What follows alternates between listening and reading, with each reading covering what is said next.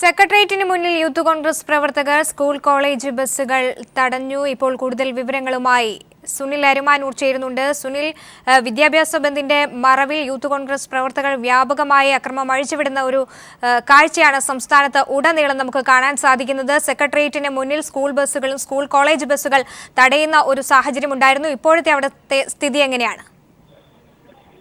സ്വാമി, സെക്രട്ടേറിയറ്റിന് മുമ്പിലേക്ക് നേരത്തെ യൂത്ത് കോൺഗ്രസ് പ്രവർത്തകർ മാർച്ചായി എത്തിയിരുന്നു. അവരെ ഉപയോഗിച്ച് തടയുകയായിരുന്നു. എങ്കിലും ബാരിക്കേഡിന് മുകളിൽ കയറിയുന്ന മുഖ്യമന്ത്രിക്കെതിരെയും മറ്റ് മന്ത്രിമാർക്കെതിരെയും മുദ്രാവാക്യം വിളിച്ച് മടങ്ങുകയായിരുന്നു. ഇനി അല്പസമയത്തിനകം തന്നെ ഈ യൂത്ത് കോൺഗ്രസ് പ്രവർത്തകരും അതുപോലെ KSU പ്രവർത്തകരും വീണ്ടും സമരവുമായി സെക്രട്ടേറിയറ്റിന് മുമ്പിലേക്ക് എത്തിച്ചേരും. പല സ്ഥലങ്ങളിലും അക്രമം അഴിച്ചുവിട്ടുകൊണ്ട് തന്നെയാണ് യൂത്ത് കോൺഗ്രസ് ഈ ഒരു സമരത്തിന്റെ മറയിൽ അക്രമം അഴിച്ചുവിടുന്ന കാഴ്ചയാണ് നമുക്ക് കാണാൻ കഴിയുന്നത്. അല്പം മുമ്പ് ഇവിടെ സമരപന്തലിൽ നിരാഹാരം അനുഷ്ഠിക്കുന്നവരെ അഭിസംബോധന ചെയ്തുകൊണ്ട് PC ജോർജ് MLA സംസാരിച്ചിരുന്നു. ഈ ഒരു നിലപാട് രാവിലെ തന്നെ വിദ്യാഭ്യാസ സ്ഥാപനങ്ങളിലെ വാഹനങ്ങൾ തടയുന്ന അടക്കമുള്ള നിലപാടിലേക്കാണ് യൂത്ത് കോൺഗ്രസ് കടന്നിരിക്കുന്നത് എന്നുള്ളതാണ് നമുക്ക് എടുത്തു പറയേണ്ട കാര്യം. കാരണം അക്രമത്തിന്റെ പാത അവർ സ്വീകരിച്ചിരിക്കുന്നു എന്നുള്ളത് തന്നെയാണ്. അല്പസമയത്തിനകം തന്നെ ഈ സെക്രട്ടേറിയറ്റിന് മുമ്പിലേക്ക് ഇവർ സംഘടിച്ചുകൊണ്ട് യൂത്ത് കോൺഗ്രസും KSUവും സംഘടിച്ചുകൊണ്ട് മാർച്ച് നടത്തും എന്നാണ് ഇപ്പോൾ അറിയിച്ചിട്ടുള്ളത്. അതുകൊണ്ട് തന്നെ വലിയൊരു പോലീസിനെയും ഒരുക്കിയിട്ടുണ്ട്. കാരണം അക്രമ സംഭവങ്ങൾ ഒഴിവാക്കുന്നതിന് വേണ്ടിയിട്ട് ആണ് ബാരിക്കേഡ് തീർത്തുകൊണ്ട് പോലീസും ഇപ്പോൾ സെക്രട്ടേറിയറ്റിന് മുമ്പിൽ സജ്ജമാണ്. സുനിൽ, ഇപ്പോൾ സമരക്കാരുമായി ചർച്ചയ്ക്ക് തയ്യാറാണെന്ന് മുഖ്യമന്ത്രി നിയമസഭയിൽ അറിയിച്ചു കഴിഞ്ഞിരിക്കുന്നു. ഇപ്പോഴത്തെ അവിടുത്തെ ഒരു സ്ഥിതിഗതികൾ എങ്ങനെയാണ്? ഇപ്പോഴും ഒരു സംഘർഷത്തിലേക്ക് നീങ്ങുന്ന സ്ഥിതി തന്നെയാണോ ഉള്ളത്? ഉച്ചയ്ക്ക് ശേഷമാണ് ചർച്ച നടത്താം എന്ന് അറിയിച്ചിട്ടുള്ളത്. അതുകൊണ്ട് തന്നെ ഏത് രീതിയിലായിരിക്കും ഇവർ നിലപാട് സ്വീകരിക്കും എന്നുള്ളത് നമുക്ക് അറിയേണ്ട കാര്യമാണ്. കാരണം ഈ ഒരു ചർച്ചയ്ക്ക് മുമ്പായി തന്നെ മാർച്ച് വരാനുള്ള ഒരു സാധ്യതയാണുള്ളത്. ചർച്ച നടത്തി അങ്ങനെയാണെങ്കിൽ ഇന്ന് സർക്കാരുമായി ഏത് തരത്തിലുള്ള സമീപനമായിരിക്കും യൂത്ത് കോൺഗ്രസ് സ്വീകരിക്കുക എങ്കിൽ ഇന്ന് നിരാഹാര സമരം അവസാനിക്കാനുള്ള സാധ്യതയാണ്. ഇല്ലെങ്കിൽ വീണ്ടും ശക്തമായിട്ടുള്ള പ്രക്ഷോഭമായിട്ട് പോകും എന്നുള്ള സൂചനയാണ് നേതാക്കന്മാർ നൽകുന്നത്. MLA-മാരും ഈ ഒരു സമരത്തിന് അഭിവാദ്യം അർപ്പിച്ചുകൊണ്ട് ഈ നിയമസഭയിൽ നിന്ന് സെക്രട്ടറിയുടെ മുമ്പിലേക്ക് എത്തുന്നുണ്ട്. ഇപ്പോൾ കോഴിക്കോട് നിന്ന് മേഘ മാധവൻ കൂടി ചേരുന്നു. മേഘ, അവിടുത്തെ ഒരു സാഹചര്യം എങ്ങനെയാണ്? ഇത്തരത്തിൽ പരക്കെ ഒരു ആക്രമണം അഴിച്ചുവിടുന്ന സ്ഥിതി തന്നെയാണോ കോഴിക്കോടും കാണാൻ സാധിച്ചത്? സോമി, കോഴിക്കോട്ടെ ഇപ്പോൾ നിലവിൽ സ്ഥിതിഗതികൾ ശാന്തമാണ് എന്ന് തന്നെ പറയേണ്ടിയിരിക്കുന്നു.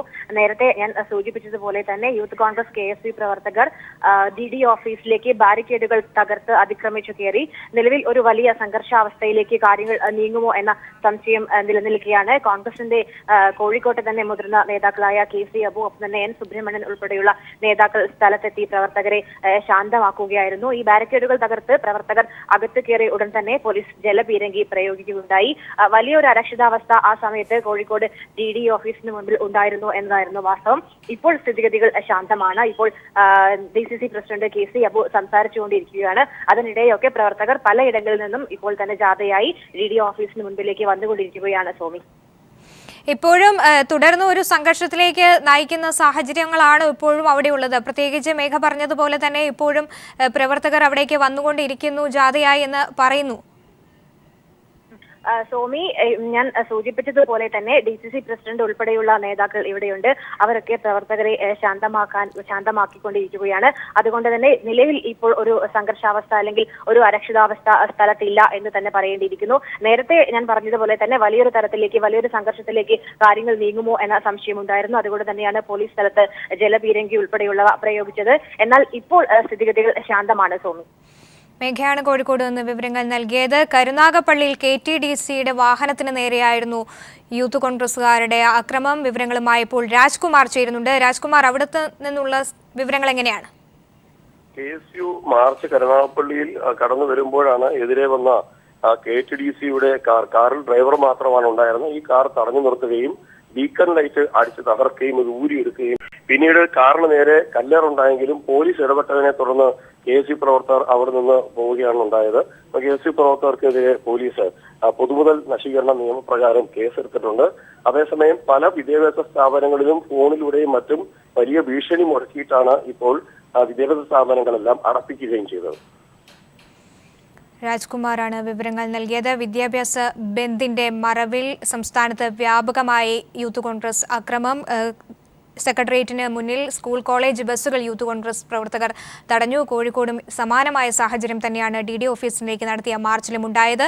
കരുനാഗപ്പള്ളിയിൽ KTDCയുടെ വാഹനത്തിന് നേരെയായിരുന്നു യൂത്ത് കോൺഗ്രസുകാരുടെ അക്രമം. വിവരങ്ങളാണ് ഞങ്ങളുടെ പ്രതിനിധികൾ പങ്കുവച്ചത്.